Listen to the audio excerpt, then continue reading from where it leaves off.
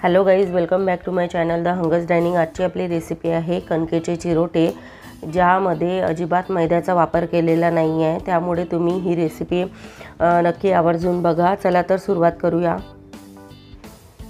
त्यासाठी इथे मी घेतलेली आहे कणिक, गव्हाचा पीठ आणि त्यामध्ये थोडासा रवा घातलेला आहे आणि चिमटीभर यामध्ये मी मीठ घातलेलं आहे। खूप थोडंसं मीठ घालायचं आहे आणि याला पूर्णपणे मिक्स करायचं आहे आणि 2 टीस्पून इथे साजूक तूप घातलेलं आहे। आता याला व्यवस्थित आपल्याला हाताने मळून घ्यायचं आहे। याचं पूर्ण मेजरमेंट मी माझ्या डिस्क्रिप्शन बॉक्समध्ये देईल, तुम्ही तिथे जाऊन नक्की बघू शकता। यानंतर मी याला व्यवस्थित तूप घातल्यामुळे थंडच तूप आपल्याला यामध्ये घालायचं आहे। यानंतर आपल्याला पाण्याने थोडं पाणी घालून आपल्याला हा गोळा तयार करायचा आहे। बघू शकता असा गोळा याचा तयार झालेला आहे। याला थोड्या वेळ झाकून ठेवूया। हे बघू शकता माझ्याकडे ना पाक शिल्लक होता, त्या पाकामध्येच मी हे चिरोटे करणार आहे। आता आपल्याला याची पेस्ट करायची, थोडीशी कणिक आणि थोडंसं तूप घालून याला मी छान मिक्स करून घेतलेला, पेस्ट करून ठेवलेली आहे। आता जो गोळा आपण भिजवलेला होता कणकेचा, त्याचे आपण छोटे छोटे बॉल तयार करून घेणार आहे आणि प्रत्येक बॉलची एक एक पोळी लाटून घ्यायची आहे। बघू शकता जेवढ्या पातळ या पोळ्या लाटाल तेवढे चिरोटे आपले क्रिस्पी बनतील आणि छान होतील। बघा इथे एक पोळी तयार झालेली आहे। आता सर्व पोळ्या मी याच्या इथे तयार करून घेणार आहे आणि एका प्लेटीत ठेवणार आहे आणि नंतर आपण त्याची जी प्रोसेस आहे ते पूर्ण करणार आहे। बघा पोळ्या आपल्या लाटून झालेल्या आहे।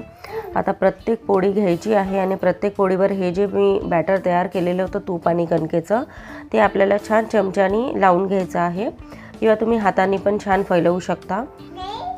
यानंतर आपल्याला यावर थोडासा मैदा शिंपडायचा आहे। बघू शकता कणिक यावर मी भुरभुरली आहे। यानंतर परत दुसरी पोळी ठेवून अगदी हलक्या हाताने पोळी ठेवायची। जास्त प्रेशर द्याल तर कड्या निघणार नाही, त्यामुळे हलक्या हाताने ती पोळी ठेवून परत दुसऱ्या पोळीवर आपल्याला सेम प्रोसेस आपण तिसऱ्या पोळीची पण करणार आहे। ही पण पोळी आपल्याला हलकी ठेवायची आहे। अशाच पद्धतीने पूर्ण तीनही पोळ्या लाटून झालेल्या आहेत। आता आपल्याला या तीनही पोळ्यांचा रोल करायचा आहे हलक्या हलक्या हाताने। अगदी जास्त घट्ट दाबून तुम्हाला या पोळ्या पण ठेवायच्या नाही आणि रोल पण जास्त घट्ट करायचा नाही।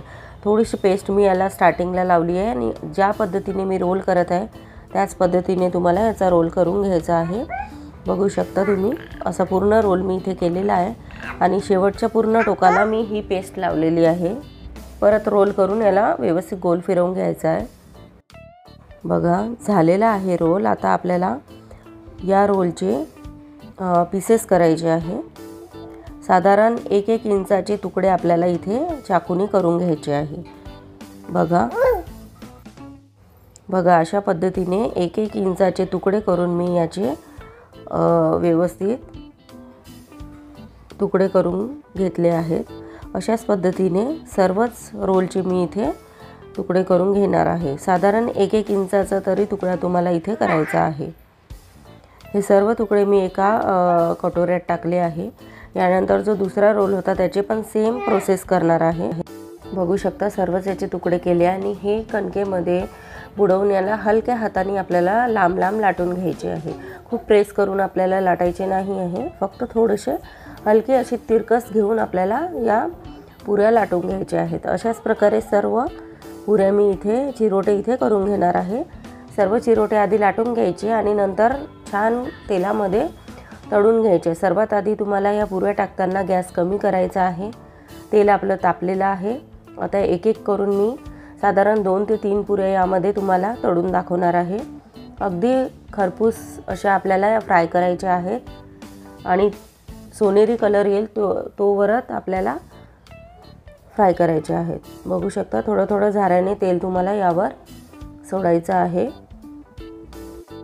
बघू शकता या पद्धतीने मी याला पूर्ण दोन्ही साईडनी छान तळून घेतले आहे। अशाच प्रकारे बघू शकता किती सुंदर लेयर्स निघालेले आहेत। तुम्हाला मी दाखवते याच्या एक लेयर्स येतात। फक्त तुम्हाला पोळ्या ज्या आहेत त्या तुम्हाला व्यवस्थित हलक्या हाताने ठेवायच्या आहेत, म्हणजे तुमच्या छान अशा कड्या निघतील। बघू शकता खूप सुंदर आणि खायला तर खूप हेल्दी आयटम आहे। मैद्याचा अजिबात इथे वापर केलेला नाही आहे। सर्वच प्रकारचे चिरोटे मी तळून घेणार आहे। बघा खूप क्रिस्पी आणि सुंदर कलर आलेला आहे। आता जो तयार माझा पाक होता तो मी फक्त गॅसवर एकदा ही साखर परत विरघळू देणार आहे। तुम्हाला जर पाकाची रेसिपी हवी असेल तर माझ्या मैद्याची जी रेसिपी आहे त्यामध्ये मी पाक पूर्ण तयार करून दाखवलेला आहे, तुम्ही बघू शकता। बघा खूप छान असा कलर आलेला आहे। हे सर्व चिरोटे मी एक एक करून, आणि पाक इथे आपल्याला 2 तारी पाक पाहिजे आहे। बालुशाहीला जो पाक आपण करतो तोच पाक आपल्याला इथे करायचा आहे। आता एक एक चिरोटा मी पाकामध्ये फक्त असा थोडासा डीप करून बाजूला प्लेटीमध्ये सर्व एक एक करून काढून घेणार आहे। पाक लागल्यानंतर हे चिरोटे आणखीनच छान दिसतात आणि खायला पण खूप टेस्टी लागतात। त्यामुळे तुम्ही ही रेसिपी घरी करून बघा। आणि कणिकचे चिरोटे आहेत, मैद्याचे चिरोटेची रेसिपी पण माझ्या यूट्यूब चॅनलवर आहे, तुम्ही बघू शकता। बघा असंच एक एक करून मी इथे पूर्ण चिरोटे इथे पाकातून काढून घेणार आहे। बघा या पद्धतीने सर्व चिरोटे मी इथे पाकातून काढलेले आहेत। खूप टेस्टी अशी ही हेल्दी चिरोट्याची रेसिपी आहे। तुम्ही ही रेसिपी घरी नक्की करून बघा। काही प्रश्न असतील तर माझ्या कमेंट बॉक्समध्ये विचारू शकता। आणि ही रेसिपी जर तुम्हाला आवडली असेल तर माझ्या चॅनलला लाईक, शेअर आणि सबस्क्राईब नक्की करा। थँक्यू।